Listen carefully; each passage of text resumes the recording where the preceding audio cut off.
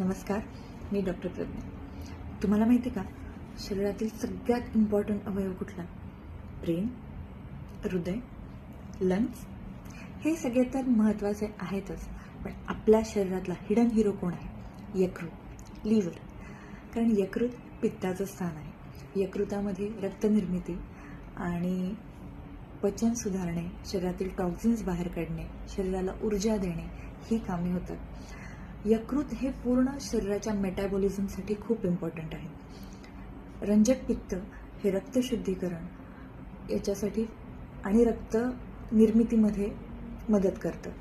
यकृतात अन्नाचं संपूर्ण पचन आणि ऊर्जा निर्मितीचं काम होतं. विषारी अनावश्यक घटक आणि रसायनांचं शुद्धीकरण होतं.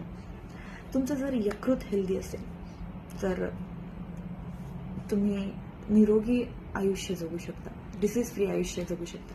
यकृत जर बिघडलं तर शरीरामध्ये ॲसिडिटीचं प्रमाण वाढतं, उष्णता वाढते, पचनाच्या समस्या जाणवतात, तुम्हाला आजार होतात, त्वचेचे विकार बळावतात.